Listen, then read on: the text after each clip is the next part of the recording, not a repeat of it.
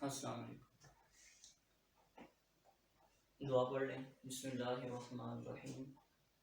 Rabbi इश्रह ली सदरी व यस्सिर ली अमरी वहलुल उक़दतम मिन लिसानी यफ़क़हू क़ौली। रब्बी ज़िदनी इल्मा रब्बी ज़िदनी इल्मा रब्बी ज़िदनी इल्मा। सदक़ल्लाहुल अज़ीम। सल्लल्लाहु अला मुहम्मद सल्लल्लाहु अलैहि वसल्लम। आज हम चैप्टर नंबर 4 स्टार्ट करते हैं।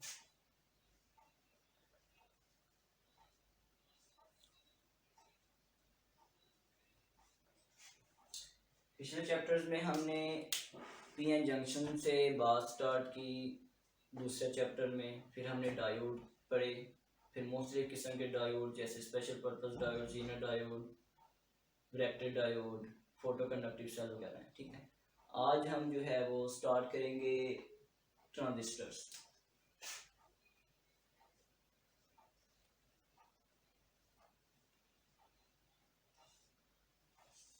ट्रांजिस्टर एक ऐसा इलेक्ट्रॉनिक कंपोनेंट है जिसने इलेक्ट्रॉनिक्स की दुनिया में एक बहुत ही अहम किरदार अदा किया है। इसको 23 दिसंबर 1947 को विलियम शॉकली, एक साइंसदान था जिसने इसको इजाद किया और इसको इस्तेमाल किया था बेल लेबॉर्ट्रीज में बतौर एम्प्लीफिकेशन के।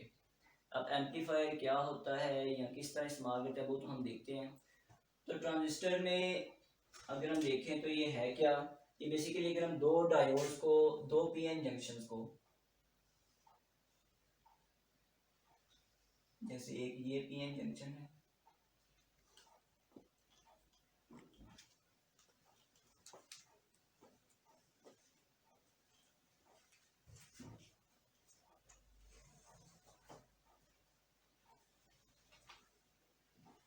अच्छा, तो दो जो पीएन जंक्शन है अगर हम इनको क्या कर दें, बैक टू बैक जोड़ दें, जैसे एक हमारे पास पी एन है, दूसरा एन पी है, तो इनको अगर मैं बैक टू बैक इस तरह जोड़ दूं, ठीक है, तो ये एक जो कॉमन रीजन है ये क्या बन जाएगा,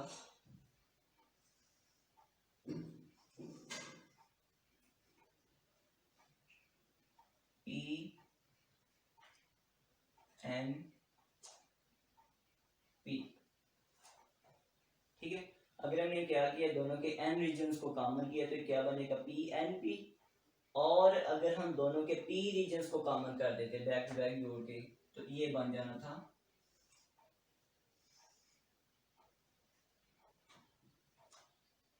एन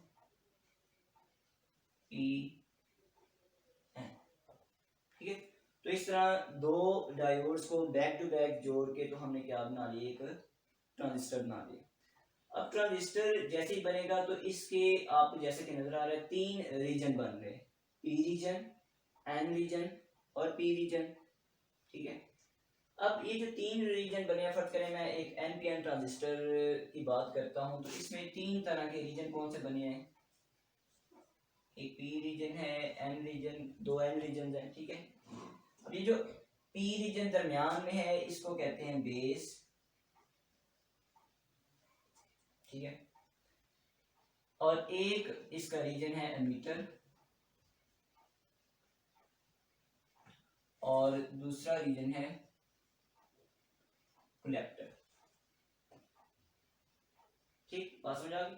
तीन जो टर्मिनल्स बन जाएंगे, एक का नाम एमीटर है, एक बेस है और एक कलेक्टर है। अब फर्दर हम इनकी बात करते हैं कि एमीटर क्या होता है, बेस क्या होती है और कलेक्टर क्या होता है।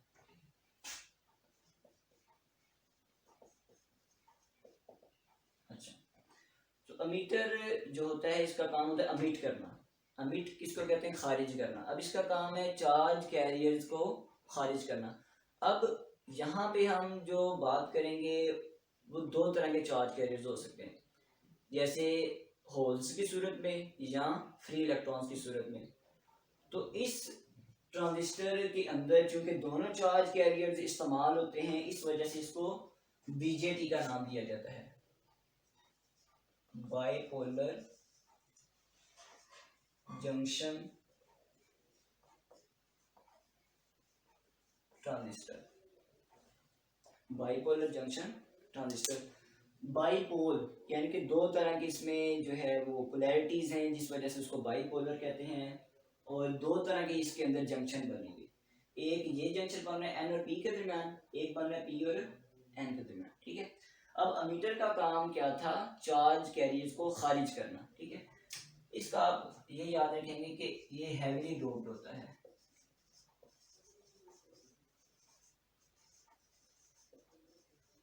It is heavily doped region. अब हैवीली डोपिंग और लाइटली डोपिंग, ये आपको पता है कि क्या होता है कि जब हम जो है ट्राईवेलेंट या पेंटावेलेंट एटम्स की शमूलियत ज़्यादा करेंगे तो वो हैवीली डोप हो जाएगा। अगर हम उनकी शमूलियत कम करेंगे किसी भी इंट्रिंसिक सेमीकंडक्टर मटेरियल में तो वो क्या हो जाएगा, लाइटली डोप हो जाएगा। अब अमीटर को जब भी बनाया जाता है तो क्या किया जाता है कि उसकी डोपिंग लेवल बढ़ा दी जाती है। ठीक है, नंबर दूसरा जो है बेस। अब बेस रीजन अमीटर की निस्बत बहुत ही एक बारीक सी लेयर होती है इन माइक्रोफैरड्स। इसकी जो लेंथ है वो माइक्रोमीटर्स में होती है। ठीक है, अब इसके अंदर क्या किया जाता है, इसको वेरी लाइटली डोप्ड।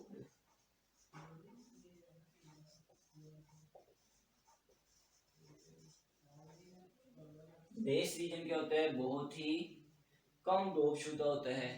अब इसका जो काम है वो होता है चार्ज कैरियर्स को कंट्रोल करना। जो चार्ज कैरियर खारिज किए गए किसकी तरफ से, अमीटर की तरफ से, यहाँ वो इलेक्ट्रॉन्स हैं और यहाँ वो होल्स हैं। ठीक है, उन दोनों को कंट्रोल कौन करता है, ये बेस का टर्मिनल। नंबर थर्ड है कलेक्टर रीजन।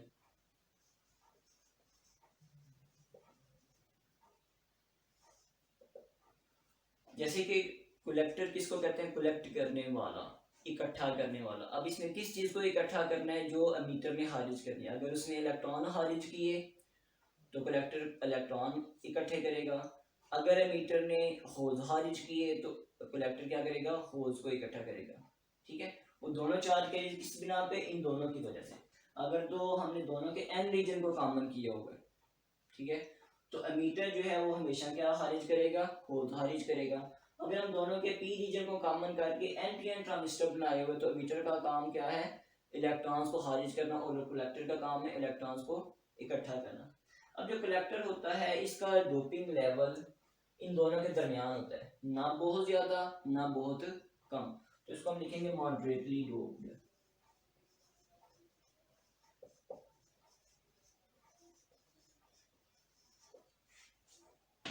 ठीक है, अगर हम साइज की बात करें तो कलेक्टर का साइज सबसे ज्यादा होता है,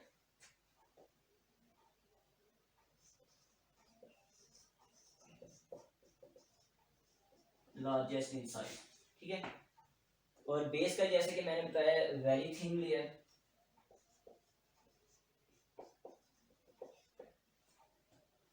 और अमीटर जो होता है वो इन दोनों के दरमियान होता है।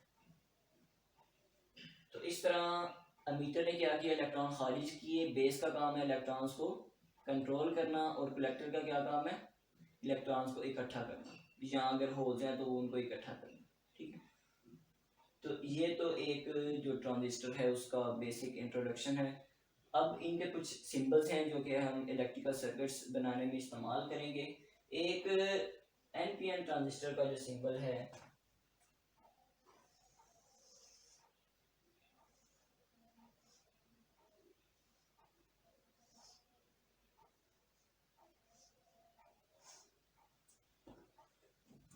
जिसमें बेस, वेक्टर, मीटर, इस तरह पीएनपी का ये है एनपीएन।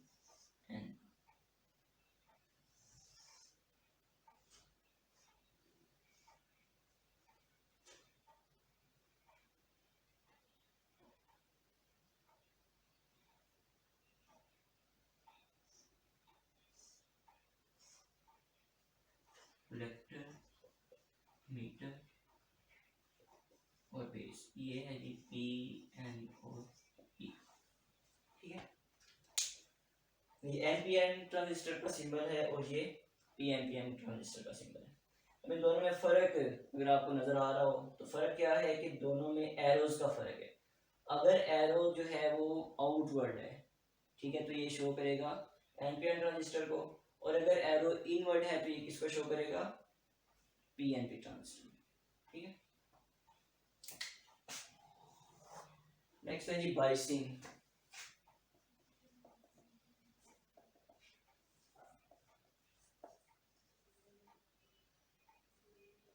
हम सिर्फ एनपीएन की अभी करते हैं बाइसिंग, एनपीएन बीजेटी। जैसे कि आपको पता है कि बाइसिंग जो होती है वो सप्लाई के साथ कनेक्शन बनाने के तरीक़ेकार को बाइसिंग कहते हैं। अब जैसे हमने पिछले चैप्टर्स में पढ़ा था कि फॉरवर्ड बाइसिंग हो सकती है या रिवर्स बाइसिंग हो सकती है। अब एक ट्रांजिस्टर को, ख़ास तौर पे बीजेटी को, बाइपोलर जंक्शन ट्रांजिस्टर को, जब हमने इसे काम लेना है बतौर एम्पलीफायर, जब हमने इस्तेमाल करना है, तो इसके चूँकि दो रीजन बनते हैं, एक बनता है अमीटर और बेस के दरमियान, ठीक है, और एक जंक्शन बन गया बिटवीन बेस एंड कलेक्टर। ठीक है, दो इसके जंक्शन बन गए, अमीटर बेस जंक्शन और दूसरा बन गया कलेक्टर बेस जंक्शन। ठीक है, तो कितने रीजन बन जाएंगे, अमीटर बेस डायोड एक होगा, इसको सिंपली अमीटर डायोड भी कहते हैं। दूसरा जो है कलेक्टर बेस डायोड, इसको कलेक्टर डायोड भी कहते हैं।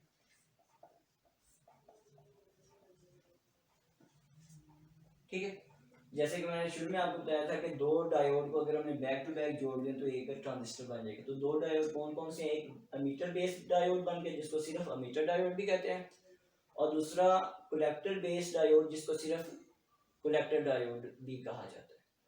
यहाँ तक बात क्लियर होगी। ठीक है, अब जब हमने एक एनपीएन ट्रांजिस्टर को इससे काम लेना है और इसको हम सही तरह चाहते हैं कि ये काम करे, तो इसका बाइसिंग लेवल हम किस तरह रखेंगे वो भी समझिए जरा।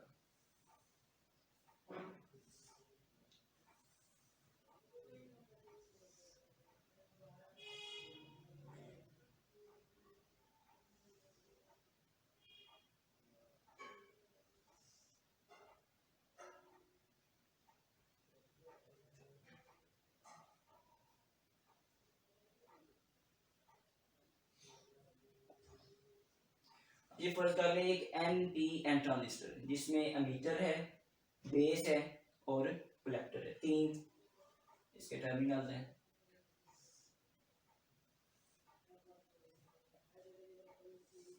अच्छा, जब भी हमने इसको बायस करना है तो इसके साथ हम करंट को लिमिटाइज करने के लिए एक रजिस्टर लगा देते हैं सीरीज में।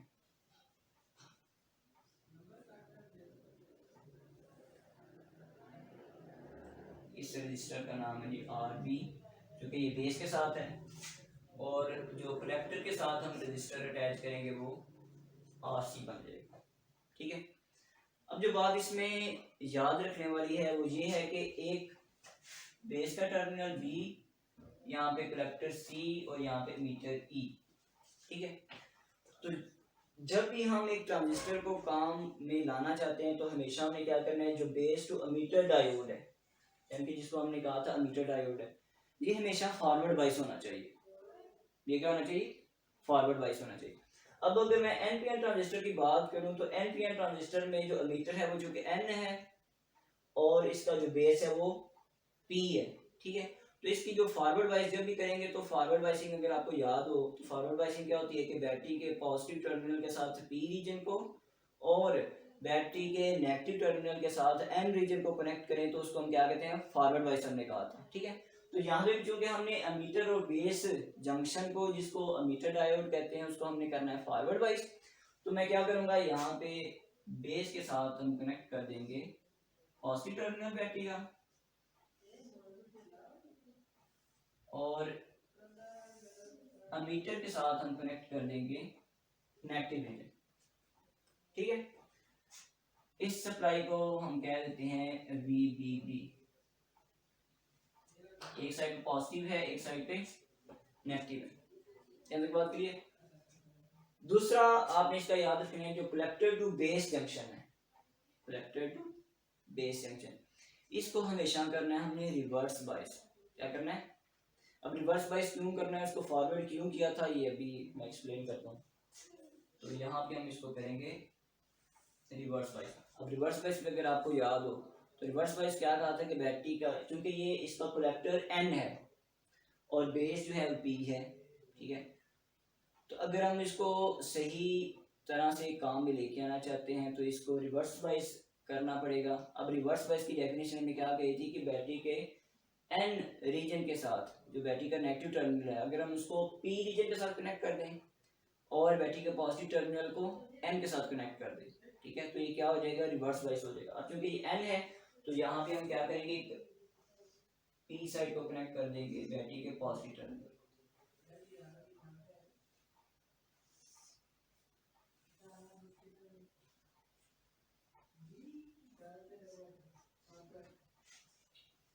तो इस तरह एक NPN ट्रांजिस्टर की जो बाइसिंग डायग्राम है वो करेक्टली कंप्लीट हो जाएगी, ठीक है। इस बैटरी को मैं कह देता हूँ VCC, ये पॉजिटिव है और ये नेगेटिव, ठीक है। इसमें जो हमने पॉइंट याद रखे हैं वो क्या है, अमीटर,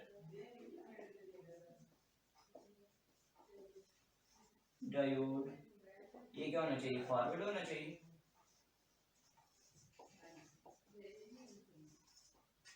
और कलेक्टर डायोड ये रिवर्स बायस होना चाहिए। अच्छा, यहाँ तक बात क्लियर है, ठीक है। अब चूंकि हमें पता है कि NPN ट्रांजिस्टर है तो N रीजन में मेजॉरिटी चार्ज कैरियर्स क्या होंगे, इलेक्ट्रॉन्स,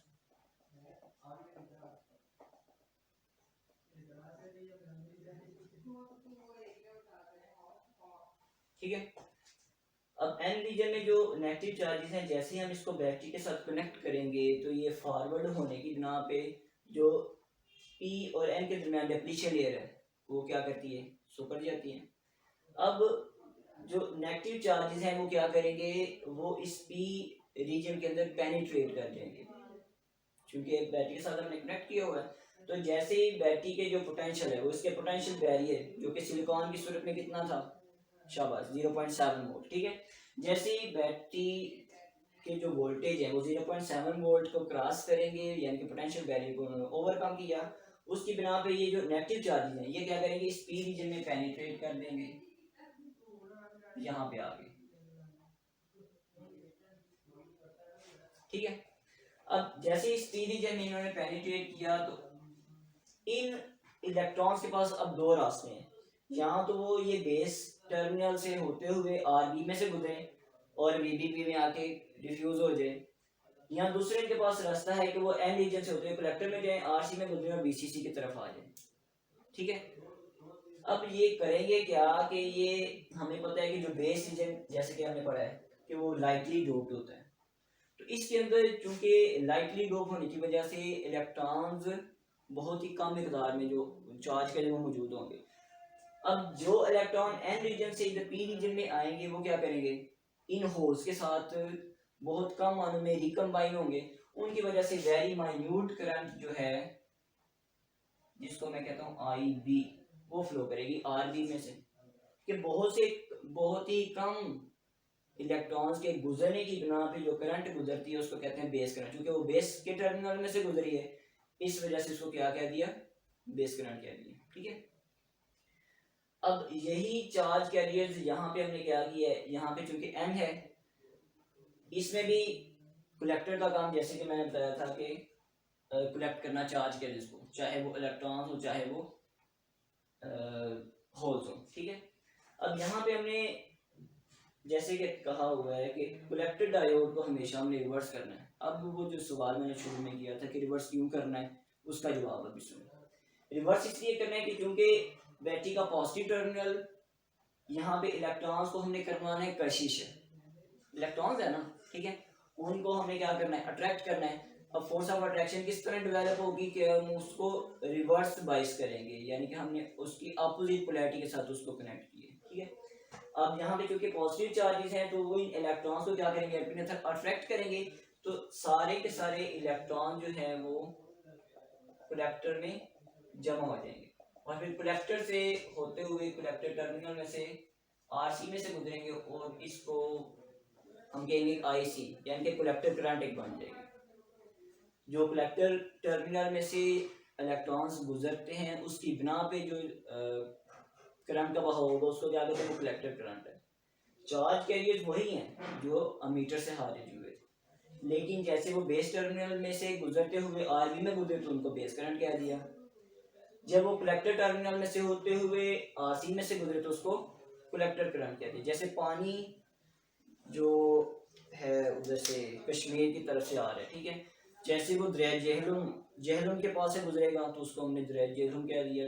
जब वो सिंध में पहुंच गया, ठीक है, वही पानी जो है तो उसको हमने दरिया सिंध का नाम दे दिया। और जब आगे वो इसी तरह जैसे जैसे पानी एक ही है जो चलता आ रहा है उधर, ठीक है, तो इसको हम क्या कह देंगे कि चूंकि ये कलेक्टर के टर्मिनल में से गुजरा है तो इस वजह से इस करंट को हमने कह दिया कलेक्टर करंट है, और ये बेस टर्मिनल में से गुजरे तो इसको हमने कह दिया ये बेस करंट है। तो वो करंट जो अमीटर ने चार्ज के लिए खारिज की उसको कहते हैं वो आई अमीटर करंट। तो इस तरह तीन तरह की करंट जो है इस ट्रांजिस्टर में से फ्लो करेंगी। एक अमीटर करंट जो अमीटर ने चार्ज के लिए खारिज किए, ठीक है, बेस करंट जो खारिज करने की बिना पे यहाँ पे आगे बेस टर्मिनल में, और बाकी जो कलेक्टर करंट है वो सामने आ जाएगी। बात समझ आ गई? अब यहाँ पे जैसे कि हमने कहा था कि जो बेस है ये इलेक्ट्रॉन्स के बहाव को कंट्रोल करेगा। अगर हम इसका बाइसिंग लेवल अगर हम तब्दील कर देते, ठीक है, इसको हम रिवर्स बाइस कर देते तो इसने क्या करना था, एक्सपेंड हो जाना था, जिसकी बिना पे करंट का बहाव मुमकिन नहीं था होना। तो इसलिए ये आपने बात याद रखनी है कि जब भी हमने ट्रांजिस्टर को बाइस करना है तो हमेशा उसका अमीटर डायोड जो है, यानी कि अमीटर टू बेस जंक्शन, इसको हमने हमेशा फॉरवर्ड बाइस करना है, और जो कलेक्टर डायोड है जो कि कलेक्टर बेस जंक्शन है उसको हमने हमेशा रिवर्स बाइस करना है। अब इसकी बिना पे जो करंट गुजर रही है उसको मैं कह देता हूँ आई ई, और वो आई C plus I be in दोनों का सम अप करेंगे तो ये अमीटर करंट आ जाएगी। क्योंकि अमीटर ओवरऑल करंट है, जो अमीटर है हाजिर के इलेक्ट्रॉन कुछ बेस में से गुजरेंगे उसको बेस करंट कह दिया, कुछ बाकी जो है वो आईसी बन जाएगी यानी कि कलेक्टर करंट। अब जो बेस करंट है इसकी वैल्यू बहुत ही कम होती है 2 to 5%, बाकी 95 to 98% जो है वो कलेक्टर करंट होगी। तो इसलिए हम इसको इस तरह लिख सकते हैं, ठीक है। अब ट्रांजिस्टर का जैसे मैंने शुरू में बताया है कि जो मेजर काम करने की एक एप्लीकेशन है वो है एज ए एम्पलीफायर इस्तेमाल होना। तो उसके लिए हम इस्तेमाल करते हैं टर्म गेन,